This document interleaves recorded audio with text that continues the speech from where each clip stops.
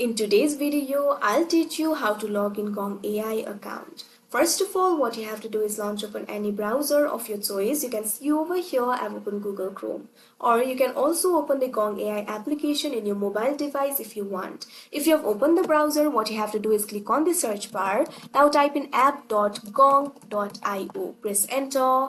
Now after you do that, you'll be led to the official sign-in interface of Gong AI. From here, you'll be able to log in to your account. You'll be able to find several sign-in options over here. You can either sign in with Google, sign in with Salesforce, sign in with Office 365, or you can also continue with email address. So simply click on the sign-in method of your choice. Here I'm just going to enter my email address. So click on the field of email address and provide the email address over here.